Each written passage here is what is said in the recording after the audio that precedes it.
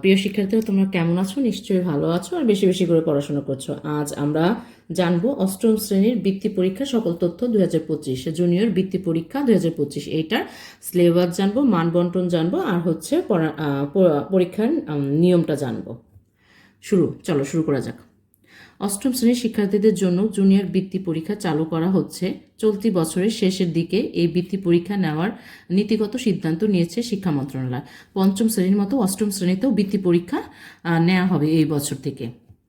অষ্টম শ্রেণীতে বৃত্তি পরীক্ষার ফের চালু করতে 20 জুলাই শিক্ষা মন্ত্রণালয় এক বৈঠকে অনুষ্ঠিত হয়। সর্বশেষ 2009 সালে অষ্টম শ্রেণীতে বৃত্তি পরীক্ষা নিয়েছিল সরকার। এবার এই বছর দীর্ঘ সময় পর অষ্টম শ্রেণীতে ফের চালু হচ্ছে ছাত্রছাত্রীদের জুনিয়র বৃত্তি পরীক্ষা। এটা আমাদের শেষ হয়েছিল 2009 সালে বৃত্তি পরীক্ষাটা হয়েছিল, তারপরে বৃত্তি পরীক্ষাটা বাতিল হয়ে যায়। তারপরে ও যে জিএসসি পরীক্ষা চালু হয়, তারপরে লাস্টের দিকে শুধু বার্ষিক পরীক্ষায় দিতে অষ্টম শ্রেণীর শিক্ষার্থীরা এই বছর থেকে সিদ্ধান্ত নেওয়া হয়েছে ডিসেম্বর মাসে বৃত্তি পরীক্ষা অনুষ্ঠিত হবে। আগে অষ্টম শ্রেণীতে পড়ুয়া নির্দিষ্ট শতাংশ ছাত্রছাত্রী বৃত্তি পরীক্ষায় বসতে দেওয়া হতো। বর্তমানে বৃত্তি পরীক্ষার নতুন নীতিমালায় এখনও না থাকায় কত শতাংশ শিক্ষার্থী এই পরীক্ষায় বসতে হবে তা এখনও চূড়ান্ত হয়নি। 15 বছর পর অষ্টম শ্রেণীর বৃত্তি পরীক্ষা 2025 আবার চালু করার সিদ্ধান্ত নিয়েছে শিক্ষা মন্ত্রণালয়। পরীক্ষাটি অনুষ্ঠিত হবে 2025 সালে এই বছরের ডিসেম্বর মাসে অনুষ্ঠিত হবে বলে জানা গেছে। আমাদের 15 বছর একটানা বৃত্তি পরীক্ষাটা হয়নি। এই বছরই ডিসেম্বর মাসে আবার পুনরায় চালু করা হবে বৃত্তি পরীক্ষাটা। তবে কত শতাংশ শুধু মেধার ভিত্তিতে 40% নেওয়া হবে কিনা সেই তথ্যটা এখনো জানানো হয়নি।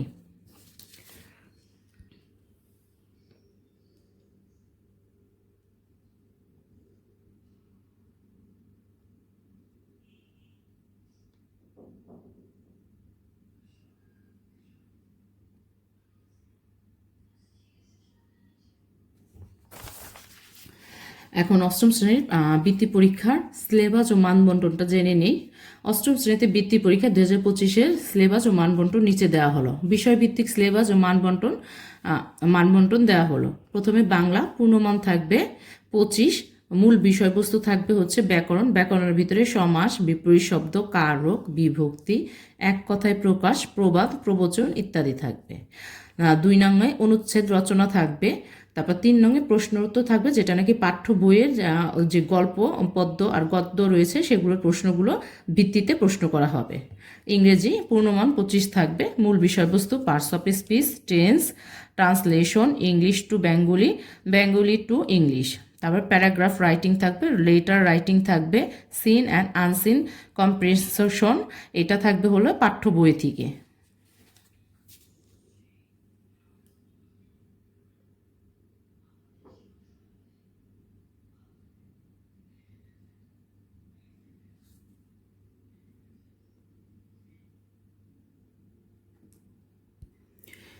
গণিত পূর্ণমান 25। মূল বিষয়বস্তু অঙ্ক, ভগ্নাংশ, শতকরা, লাভ ক্ষতি, গড়, পাটিগণিত ও বীজগণিতের মৌলিক ধারণা, সমীকরণ, সংখ্যা প্রক্রিয়া, বীজগাণিতিক সূত্র। জ্যামিতির ভিতরে থাকবে ত্রিভুজ, চতুর্ভুজ, ক্ষেত্রফল, পরিমাপ। এই বিষয়গুলোতে সম্পাদ্য উপপাদ্যগুলো থাকবে। তারপর সাধারণ বিজ্ঞান পূর্ণমান 25 থাকবে। মূল বিষয়বস্তু পদার্থ, প্রাণী ও উদ্ভিদ বিজ্ঞান, রসায়ন ও পদার্থবিদ্যার মৌলিক ধারণা, পরিবেশ, জ্বালানি, খাদ্য, পুষ্টি। পরীক্ষার ধরন ও মূল্যায়ন। পরীক্ষাটি মোট পরীক্ষা হবে 100 নম্বরের। সময় থাকবে 2 ঘন্টা। প্রশ্নের ধরন হবে বহু নির্বাচনী অর্থাৎ MCQ ও সংক্ষিপ্ত প্রশ্ন। সংক্ষিপ্ত আকারে 5 মার্কের, 10 মার্কের, 5 মার্কের, 3 মার্কের, 2 মার্কের, এরকম সংক্ষিপ্ত প্রশ্ন থাকবে। এই সিলেবাসটি বোর্ড ও সংশ্লিষ্ট শিক্ষা অফিস কর্তৃক পরিবর্তিত হতে পারে। এটা বর্তমানে একটু দেওয়া হয়েছে, পরে এটা ইচ্ছা করলে পারে এটা পরিবর্তিত করতে পারে শিক্ষা অফিসার কর্তৃক। অষ্টম শ্রেণীর শিক্ষার্থীরা আপাতত তোমরা এই সিলেবাস দেখে তোমরা পড়াশুনো শুরু করে দাও। তবে আমাদের বৃত্তি পরীক্ষাটা এবছর ডিসেম্বর মাসে অনুষ্ঠিত হবে।